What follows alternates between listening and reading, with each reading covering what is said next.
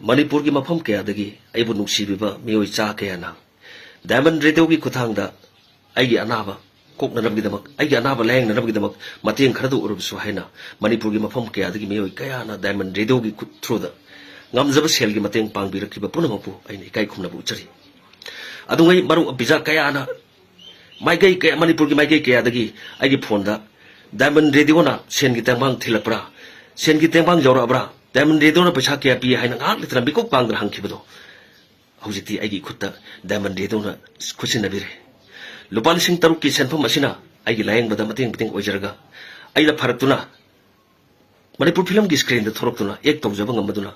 aibu nungsibiba miyamgi laman singjaba ngamba sakjagi haiba wafam si thamjagi loinana aigi tengbang si aigi khut yongnaraba miyamgi tengbang si aigi khut yongnaraba aigi ana layengbda mateng kharadu oirabasu mateng oinaraba haiduna Daimond radio sinbibagi damakta Daimond radio bu thagatchari loinana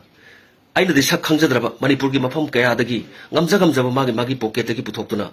SP Ingocha anaba fadaba yaru haiba wakal amaga loinana aibu layengnarabagi damakta angamba tengbangbirakpa khwai khudingbapu SP Ingocha na angkhai litana thagatchari angkhai litana kai khumna jari punsigi kaujaroi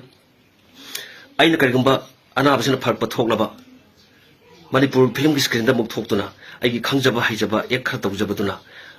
Manipur miyamgi aibu nungsibiba kaya gi laman singjaba sakjagi ko haiba wafamsi Manipur miyamda thamjari nolukjari